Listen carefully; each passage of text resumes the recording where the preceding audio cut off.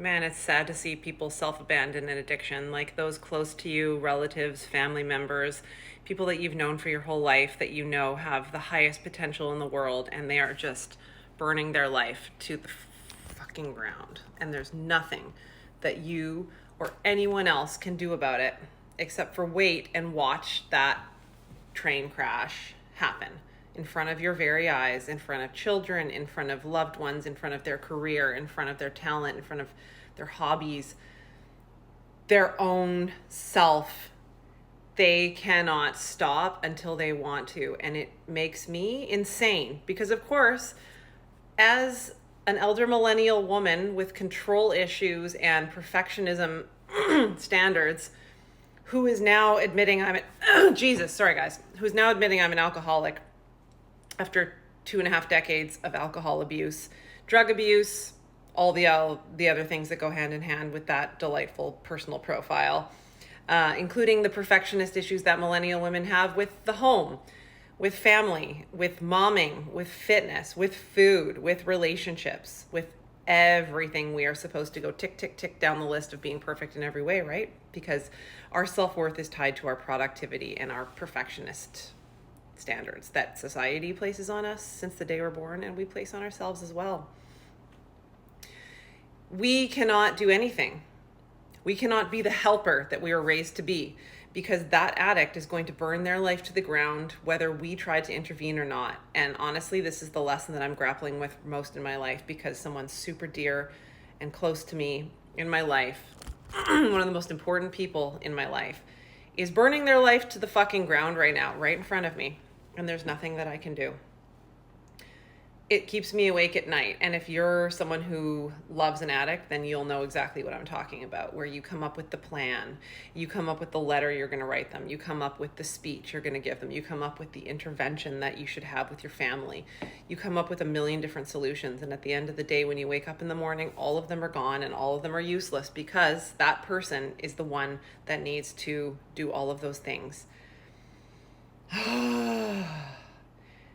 Life sometimes just gives you these lessons that are so hard to swallow. And this just goes on because addiction is like a never-ending thing, right? I mean, I know for me as an addict, like I've got to watch out for those tendencies my entire life. I got to watch out for them with food, with relationships, with compulsions, with getting into projects. Like now that I've cut the alcohol out of my life, it's about 1,000 times easier, but that doesn't mean that I'm free from addictive tendencies. And my addiction is helping and intervening with other people, which I just recently learned is actually an addictive pattern. It is quite literally a form of self-distraction and even self-destruction to be the helper and to run to other people and attend to everybody else's problems but our own. That is something you are groomed to do since childhood, and that might be your role or it might not, but that's certainly the role that I was raised to have.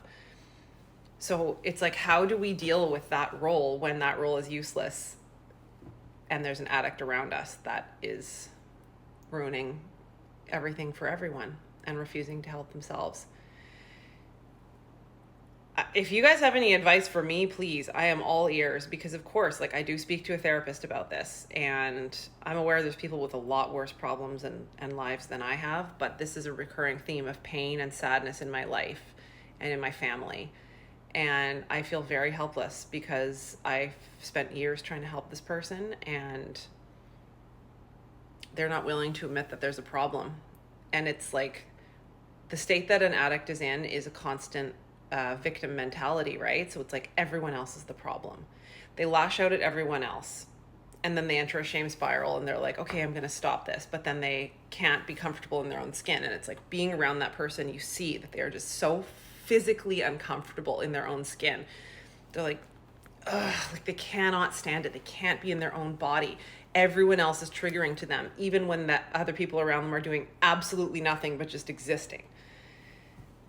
Like I've totally been like that at parts of my life. I've been like that around family, like during parts of like active addiction in my life, when I was doing a lot more drugs and I was drinking heavier. Like I was super uncomfortable in my own skin.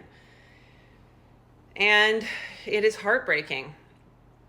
But it's like, how do we put up those healthy boundaries so that that person doesn't actively destroy our life when we're working on our own self and our own sobriety? And it's like creating that bubble. Like, my house is a healthy space. My house is no longer a place where alcohol is abused. My house is no longer a place where there's bad behavior, or it's a house where I can be comfortable in my own skin and my family can be comfortable in their own skin. So how do we protect ourselves when we leave that and we're around family or friends that are in this really active addiction?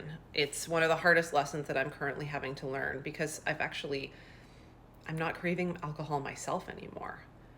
And I'm like, I'm good. Like, I'm feeling really good. I'm actively happy in my life. But other people's addictions are still all around me all the time. And it hurts. It hurts so much to not be able to help those people. So we help ourselves until we can help those people, until they're ready to help themselves. Because they have to be. It's like how I used to love drinking, and then all of a sudden I didn't love drinking, but I still drank. And the only person who could stop that cycle was me. And I had to go through years before I was ready for that. In the case of some people who do heavier drugs, you sometimes need to lose absolutely everything to get to that point. You need to lose your children, your family, your house, your money. You're done. And then you'll realize, wow, I have to make a choice here, because I cannot live like this anymore. While the rest of your family just stands around and fucking waits for you. Addiction is heavy, but your own life doesn't have to be heavy anymore.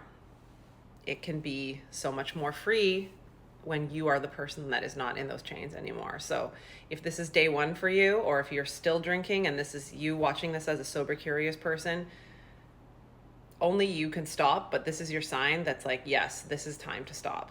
Because if you're consuming sober content every day, like I was for a long time before I stopped, that's a sign you are wanting to stop and you want to get control of your life and you don't want to be uncomfortable in your skin anymore. Have a great sober Saturday, everybody. It's an amazing day to be sober. Every day is an amazing day to be sober, and that hardest day sober is still easier than the best day drinking.